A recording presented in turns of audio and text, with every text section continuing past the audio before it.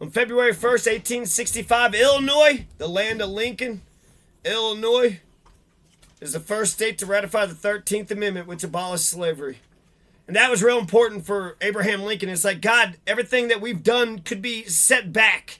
We have to codify getting rid of slavery and shrine that shit in law. We got to etch this shit in stone. And the 13th, 14th, and 15th Amendment was, in order to do that, they're called Civil War Amendments. I want to show you a picture here, but first, what's the 13th Amendment. So, we abolished slavery today. Like formally, the emancipation, the war, but we actually got it done legally on the 1st. Here's a picture of Winfield Scott. Just kind of cracks me up. There's 5 other guys around him. I don't know if any of these guys are actually... He just kind of seems like a sort of a pretentious old fat hog dickhead. He could be a great man, but it's kind of like... He knows he's a great man, or he just is good at pretending he's a great man, and then everybody else is like, all right, fine. I guess if everybody else says you're a great man, then all right. Just kind of seems like an arrogant asshole. Did he, Chitwood, when Chitwood renamed Winfield, so... There's a town called Chitwood filled with a bunch of Chitwoods. It's got his name on it now. So we are talking about Illinois, the first state to ratify the 13th Amendment. Do we have anything on that? No. So we'll just go ahead and read from this Lincoln book here. Lincoln, the Team of Rivals. Chapter 12, Mystic Chords of Memory. Page 323. On the night before her husband's March 4th inauguration, Mary Todd Lincoln was unable to sleep. She stood by her window in the Willard Hotel and watched strangers swarming in the darkened streets below, though all the major hotels had laid out mattresses and cots in every conceivable open space filling parlors, reception rooms, and lobbies. Thousands were still left to wander the streets and wait for the great day to dawn. Abraham Lincoln rose before sunrise to look over the inaugural address he had been crafting in his peculiar fashion. According to Nicolay, Abraham Lincoln often resorted to the process of cumulative thought.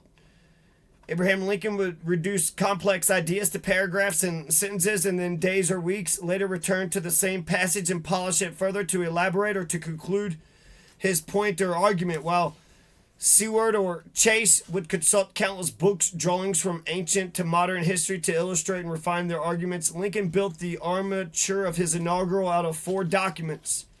The armature, the Constitution, number 1. Number 2, Andrew Jackson's Nullification Proclamation. Number 3, Daniel Webster's memorable Liberty and Union Forever speech. And number 4, Henry Clay's address to the Senate arguing for the Compromise of 1850. Lincoln faced a dual challenge in this long-awaited speech, his first significant public address since his election. It was imperative that he convey his staunch resolution to defend the Union and to carry out his responsibilities as president, while at the same time mitigating the anxieties of southern states. Finding the balance between force and conciliation was not easy. His early draft tilted more toward the forceful side. Among the first people to see the draft was Orville Browning. Browning had intended to accompany Lincoln on the train from Springfield to Washington, but finding such a crowd of hangers-on gathering about him, he decided to end the journey in Indianapolis. Before Browning left, Lincoln handed him a copy of his draft. Browning focused on one imprudent passage that he feared would be seen in the South as a direct threat or menace, and would prove irritating even in the border states. Abraham Lincoln had pledged, all the power at my disposal will be used to reclaim the public property and places which have fallen, to hold, occupy, and possess these and all other property and places belonging to the government. Browning suggested he delete the promise to reclaim what had already fallen, such as Fort Moultrie or Castle Pinckney, limiting himself to hold, occupy, and possess what was still in Union hands. In any conflict which may ensue between the government and the seceding states, Browning argued, it is very important that the traitors shall be the aggressors, and that they be kept constantly and palpably in the wrong, though in a number of private conversations during the long secession winter, Lincoln had expressed his determination to take back the fallen properties. He accepted Browning's argument and took out the promise to reclaim places that the seceding states had already taken. This goes on. They're talking about the draft and how he writes it and rewrites it. And then this is the team of rivals, because he wanted just people with differing opinions, because that's how he figured out, have a clash of opinions, and then hopefully the best idea is presented, it comes forward, and then go with the best idea. So this goes on, but it's just interesting how it changes, and then ultimately, I remember the final form. He ends it off with like the better part of our angel, the angel parts of our soul or something, the better part of our angels or some shit. And it was because it was like some other phrase that he had kind of turned into his own speech. And it turned out to be pretty poetic. So the Lincoln's first inaugural address is not just poetry, but it's also very important. Everybody's like, are we at war or what? What's going on? What is happening right now? Because right now, March 4th, he's going to become the president.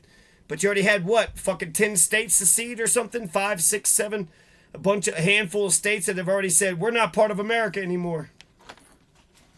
So it's interesting that, the Constitution makes sense, but Andrew Jackson, nullification. Daniel Webster, not for sure about him, but liberty and union forever. So maybe that's union.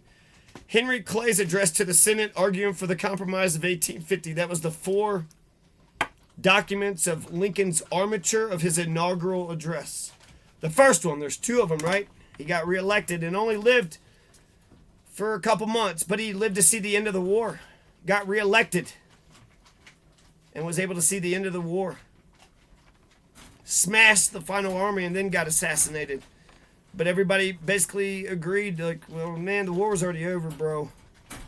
John Wilkes Booth, yeah, I know, but the war was already over, bro, so...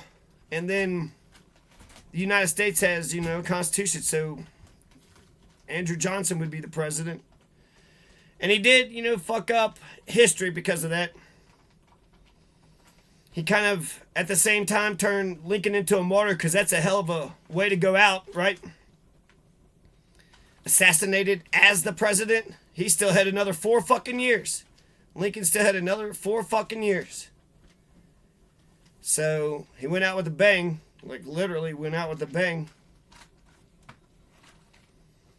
So, it martyred him. But I think I'd rather had Lincoln be the president for the next 4 years, so that way Reconstruction would have gone more smoothly.